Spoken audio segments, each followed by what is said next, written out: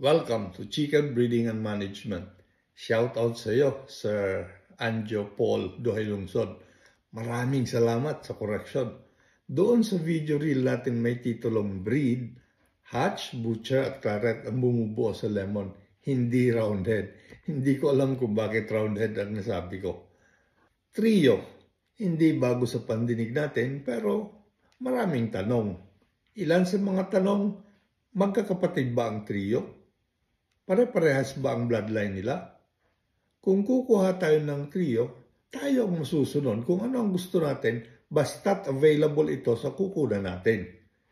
Magsasuggest ang breeder pero atin ang final say base sa gusto nating gawing breeding gamit ang naturang trio.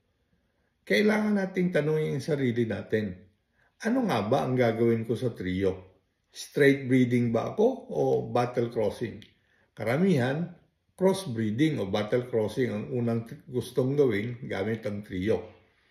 Pwedeng two-way crossing o three-way crossing. May ilan tayong options dito.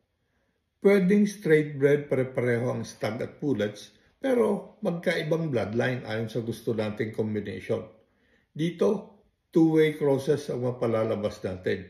Kung magkaiba ang lahi ng dalawang pullet, dalawang two-way crosses din ang mapapalabas natin.